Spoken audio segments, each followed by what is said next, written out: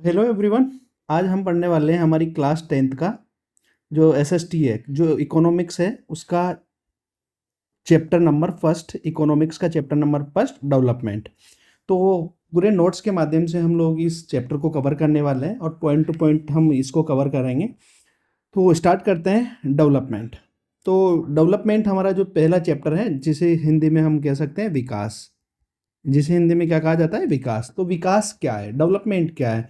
तो देखिए देखिए जो डेवलपमेंट है, जब भी हमारे जब भी डेवलपमेंट का नाम आता है तो हम सोचते हैं कि यार जो कंट्री है वो कितनी डेवलप है, वहाँ पर किस तरीके के मकान हैं, किस तरीके के रोड है, वहाँ के लोग किस तरीके से यात्रा करते हैं।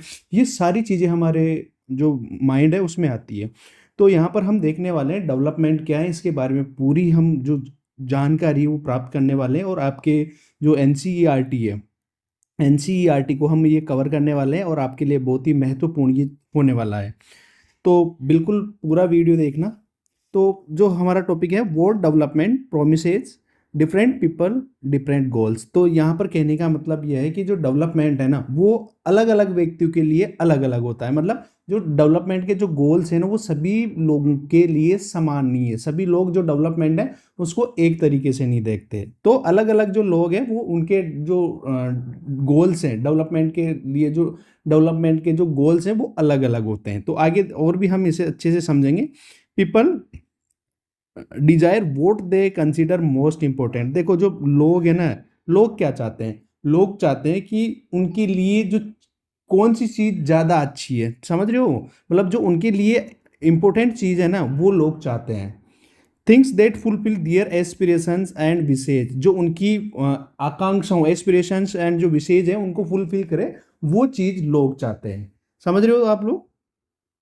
तो डेवलपमेंट यहाँ पर क्या है कि जो लोग हैं वो अपनी आकांक्षाओं, अपनी एस्पिरेशंस एंड विशेष के अकॉर्डिंग चीज़ें उनको मिले, ऐसा अगर ये चीज़ें उनको मिल रही है तो ये उनके लिए डेवलपमेंट है। तो यहाँ पर बहुत सी बार क्या हो जाता है कि जब लोग अलग अलग अलग लोग जो चीज़ चाहते हैं, वहाँ पर दो लोगों में आपस में क्या हो सकता है?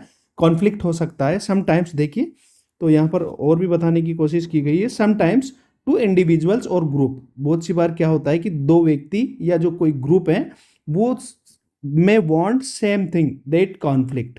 तो वो क्या कर सकते हैं? कभी कभी दो व्यक्ति सेम चीज चाहते हैं, ठीक है, जो बहुत सी बार क्या होता है कि उनके बीच कॉन्फ्लिक्ट कर सकती है, उनके बीच टकराहट पैदा कर सकती है। इसके लिए हम एग्जाम्पल के माध्यम से इसे समझने वाले हैं। देखिए, एक गर्ल है, a girl may want the same freedom as her brother. देखो एक गर्ल है, जो लड़की है वो चाहती है कि उसको भी उसके भाई की तरह फ्रीडम मिले, वो भी बाहर जाए, बाहर खेले, बाहर कूदे, ठीक है ना। और वो ये भी आशा रखती है, ये भी होप रखती है, आशा रखती है कि उसका जो भाई है वो उसके घर के जो काम है, घर के जो घरेलू काम है, रसोई के काम है, उनमें भी हाथ बटाए। जैसे महिला या जो लड़की है वो अपने रसोई के काम में हाथ बटाती है, वैसे ही वो जो लड़का है वो भी क्या करे? हाथ बटाए। तो यहाँ पर जो गर्ल है उसके लिए, ये गर्ल अपने लिए डेवलपमेंट मानती है कि जैसे वो काम करती है वैसे ही उसका भाई भी काम करे, और उसके भाई की तरह उसको भी क्या होना चाहिए? फ्रीडम होना चाहिए, बाहर खेल कूद सके वो, ये सारी चीज़ें। इसके अलावा एक और अपन क्या लेते हैं, एक एक और हम लोग ये ले लेते हैं, उदाहरण ले लेते हैं, एग्जाम्पल ले लेते हैं। बिग इंडस्ट्रियलिस्ट में want large dam for electricity but small farmers में lose their land due to flooding, ठीक है। तो अब यहाँ पर क्या है कि फ्लडिंग या सबमर्ज भी, ड्यू टू सबमर्ज, यहाँ पे सबमर्ज हो जाएगा, आगे बता रहा हूँ मैं और भी। अब क्या होता है कि यहाँ पर जो बड़े इंडस्ट्रियलिस्ट है, जो बड़े उद्योगपति है, वो क्या चाहते हैं? बड़े डैम बनाए जाए, बड़े डैम बनाए जाए, रिवर पे क्या बनाए जाए? बड़े डैम बनाए जाए। तो बड़े डैम बनने से क्या होगा कि इलेक्ट्रिसिटी जनरेट होगी, इलेक्ट्रिसिटी जनरेट होगी। और जो ये इलेक्ट्रिसिटी है ये कहाँ पे काम आएगी? ये बड़े बड़े इंडस्ट्रियलिस्ट हैं, इनकी फैक्ट्री में ये काम आने वाली है। ऐसा कौन चाहते हैं? इंडस्ट्रियलिस्ट चाहते हैं, जो बड़े बड़े उद्योगपति है वो चाहते हैं कि बड़े बांध बनाए जाए, उनसे बिजली उत्पन्न हो। लेकिन इससे क्या होगा? बांध बनाने से क्या होगा? ये नदी का ये जो पानी है ये फैल जाएगा इधर, और यहाँ पर जो किसानों की ज़मीन है वो क्या हो जाएगी? सबमर्ज हो जाएगी। क्या हो जाएगी? सबमर्ज हो जाएगी। इससे क्या होगा? इनके जो खेत है वो डूब जाएंगे पानी में, क्या हो जाएंगे? सबमर्ज हो जाएंगे। किसके? किसानों के।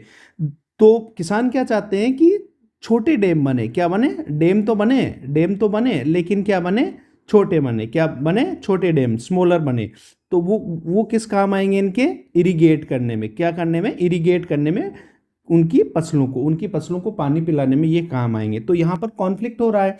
एक तरफ तो इंडस्ट्रियलिस्ट चाहते हैं कि क्या हो, बड़े डैम हो, उससे इलेक्ट्रिसिटी हो, लेकिन यहाँ पर जो, और ये किसका गोल है, ये जो बड़े उद्योगपति है उनके लिए क्या विकास क्या है, विकास क्या है, तो बड़े उद्योगपतियों के लिए बड़े डैम क्या है, विकास है। लेकिन सेम टाइम पे क्या होता है कि जो छोटे फार्मर्स हैं उनके लिए ये क्या हो जाएगा, डिस्ट्रक्शन हो जाएगा, विनाश हो जाएगा। ठीक है, अब यहाँ पर कुछ की पॉइंट दे रखे हैं। तो यहाँ पर क्या है, people have different development goals. तो इस तरीके से हमने क्या देखा है कि जो लोग हैं उनके डेवलपमेंट गोल्स अलग अलग होते हैं। बहुत सी बार क्या होता है कि जो डेवलपमेंट है ना, एक के लिए जो डेवलपमेंट है वो दूसरे के लिए क्या बन सकता है, डिस्ट्रक्शन बन सकता है दूसरे के लिए। आगे बात समझ में, एक के लिए जो डेवलपमेंट है वो दूसरे के लिए क्या बन सकता है, डिस्ट्रक्शन बन सकता है। तो ये दोनों याद रखना है आपको पॉइंट, कि लोगों के जो डेवलपमेंट गोल है वो अलग अलग है, लेकिन बहुत सी बार क्या होता है कि जो एक के लिए डेवलपमेंट गोल है वो दूसरे के लिए क्या हो सकता है, डिस्ट्रक्शन हो सकता है। आगे बात समझ में यहाँ तक। अब देखते हैं इनकम एंड अदर गोल्स।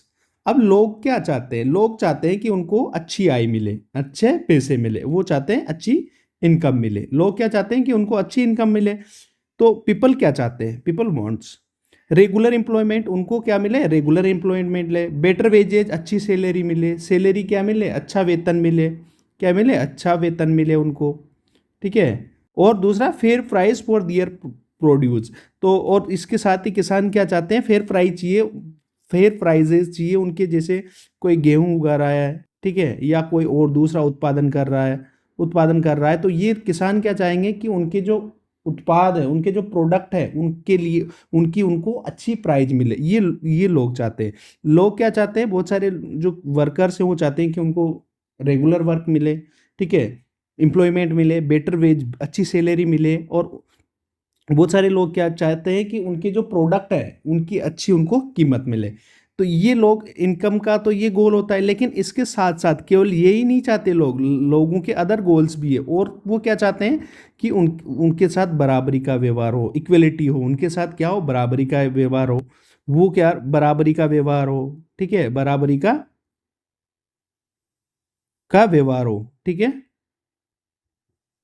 दूसरा, उनको स्वतंत्रता मिले, ठीक है, उनकी सुरक्षा हो, सिक्योरिटी मिले उनको, ठीक है, और दूसरे लोग उनका क्या करें, सम्मान करें, दूसरे लोग उनका क्या करें,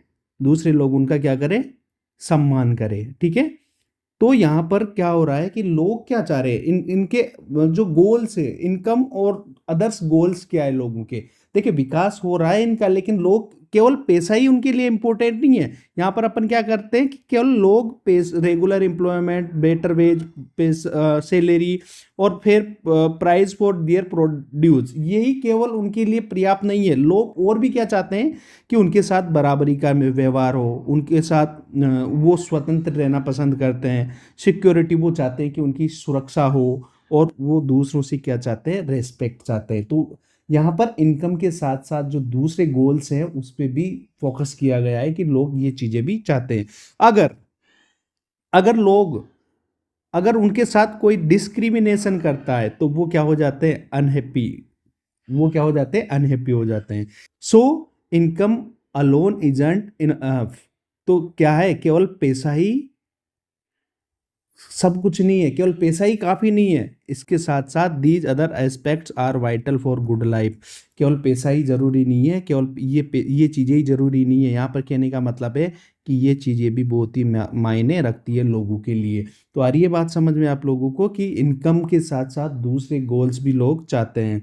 इसके साथ हम एग्जाम्पल के माध्यम से इसे देखने वाले हैं। तो एग्जाम्पल क्या है, you may get a high paying job far away. अब आपको क्या मिल रहा है, आपके घर से दूर एक जॉब मिल रही है।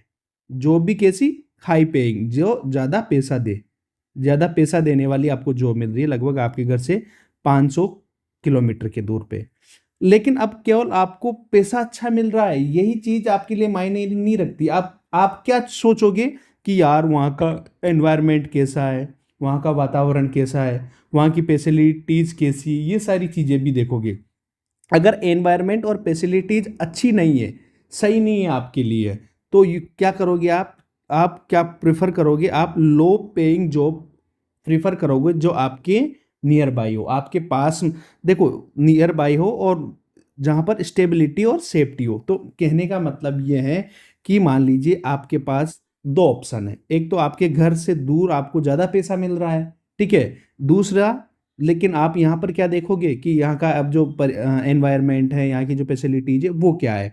दूसरा, आपके घर के पास आपको क्या मिल रही है, आप जॉब मिल रही है, हालांकि यहाँ पर पैसा क्या है, पैसा कम है, पैसा कम है, लेकिन यहाँ पर आपके पास क्या है, स्टेबिलिटी है, स्टेबिलिटी है, इसके साथ साथ सेफ्टी है, ठीक है, सेफ्टी है, और रेगुलर, ये जो रेगुलर स्टेबल मतलब रेगुलर जॉब है आपके, तो आप कौन सी जगह पर काम करना पसंद करोगे, तो आप घर के पास ही काम करना क्या करोगे, पसंद करोगे, ऐसा कहना है, ठीक है।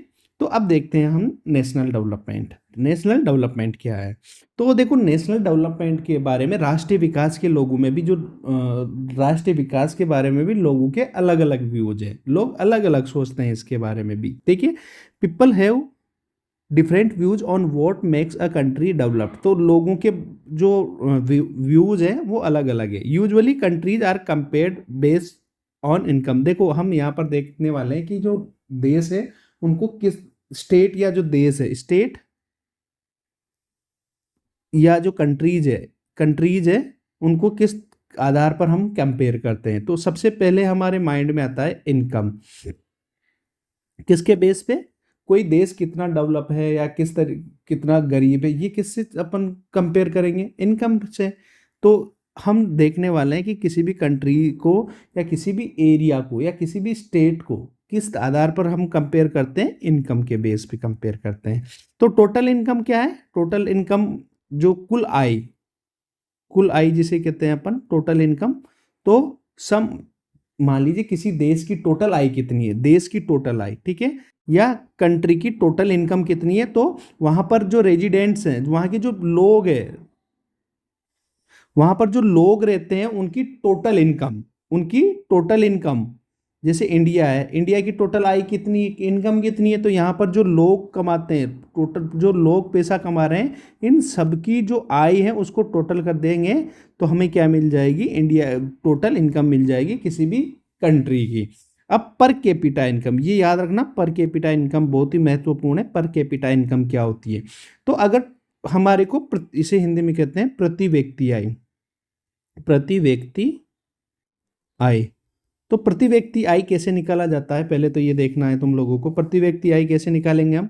तो प्रति व्यक्ति आय निकालने के लिए क्या करेंगे हम, तो देखिए प्रति व्यक्ति आय कैसे निकालेंगे, सबसे पहले मैं आपको बता देता हूँ प्रति व्यक्ति आय कैसे निकालेंगे, या पर कैपिटा इनकम कैसे निकालेंगे। तो टोटल इनकम, ठीक है, इनकम में किसका भाग दे देंगे हम लोग, पॉपुलेशन का, पॉपुलेशन का। मान लीजिए एक देश है, उसके टोटल इनकम, एक देश है उसमें 20, एक देश है उसकी टोटल इनकम 100 रुपये है, ठीक है, और उस देश में कितने लोग रहते हैं, 20 लोग रहते हैं। तो इसमें टोटल इनकम में वहाँ पर रहने वाले लोगों का भाग देंगे तो कितना आ जाएगा, 5। तो पर कैपिटा इनकम क्या हुई, 5 रुपये हुई। आ गई बात समझ में।